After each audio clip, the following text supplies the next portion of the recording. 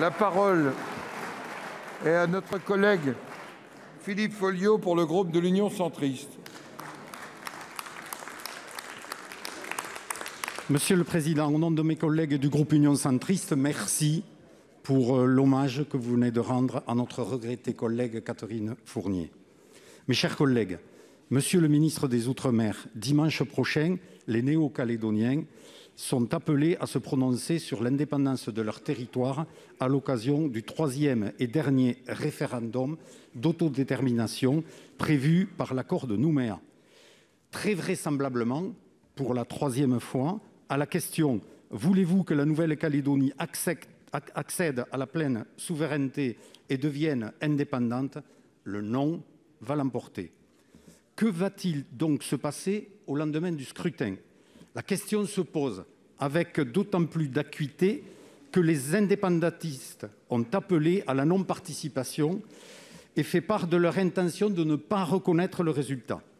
Avec notre collègue Gérard Poadja, nous espérons que le vote sera accepté avec calme et sérénité, mais on peut raisonnablement craindre que ça ne soit pas le cas par tous. La société calédonienne est divisée. La Nouvelle-Calédonie doit retrouver une stabilité institutionnelle, seule capable de répondre à son urgence économique et sociale afin de régler les problèmes fondamentaux du territoire. Elle ne pourra donc pas le faire sans la France, qui devrait se saisir de ce moment historique pour enfin considérer ce territoire ultramarin à sa juste valeur. Par-delà le nickel, nous devons ouvrir les yeux sur son potentiel en matière d'économie bleue, de tourisme, d'écologie et de position géostratégique dans l'Indo-Pacifique. Alors, Monsieur le ministre, concrètement, qu'allez-vous faire au lendemain du scrutin? Quelle initiative allez-vous prendre? Irez-vous en Nouvelle-Calédonie? Allez-vous faire des annonces quant au lancement des pourparlers prévus en incluant toutes les composantes et visant à l'édiction d'un nouveau statut pour l'archipel? Pour vous répondre, la parole est au ministre des Outre-mer.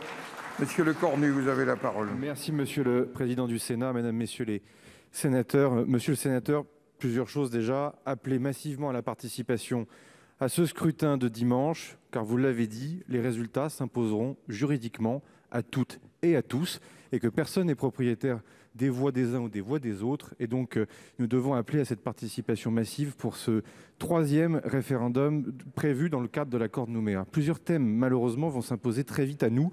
À nous, c'est le gouvernement, mais c'est aussi, bien évidemment, le Parlement dans les temps qui vont venir. Le premier sujet, c'est évidemment les questions de finances locales qui sont particulièrement délicates au moment où je vous parle en Nouvelle-Calédonie. Vous savez que c'est l'État qui a dû arrêter cette année, en 2021, le budget de la Nouvelle-Calédonie, qu'en loi de finances, des autorisations de garantie nouvelles ont été données pour accompagner le territoire, mais que si le temps passe, les difficultés, elles, ne se règlent pas, et donc le Parlement, le Sénat notamment, sera amené à se prononcer sur des instruments de solution, car le mur à passer est très complexe. Le deuxième éléphant dans la pièce, c'est le nickel. C'est une information qui est passée relativement inaperçue à Paris, et je m'en étonne. C'est évidemment cette revoyure de Glencore, l'opérateur de l'usine du Nord, qui est un des instruments du rééquilibrage et de l'accord de Nouméa. Cette revoyure où Glencore a annoncé qu'au mois de juin, il se laissait la possibilité de rester ou de quitter la Nouvelle-Calédonie.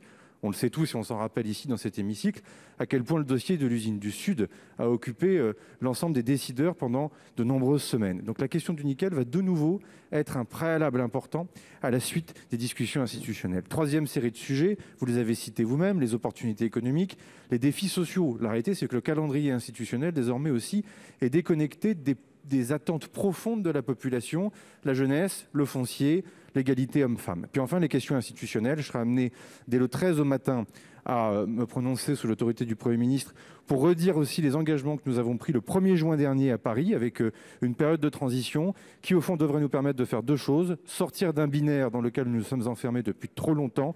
Et deuxième chose, sortir aussi d'un statu quo dont, au fond, personne ne veut. Merci. La parole est à notre collègue Marie-Claude Varayas pour le groupe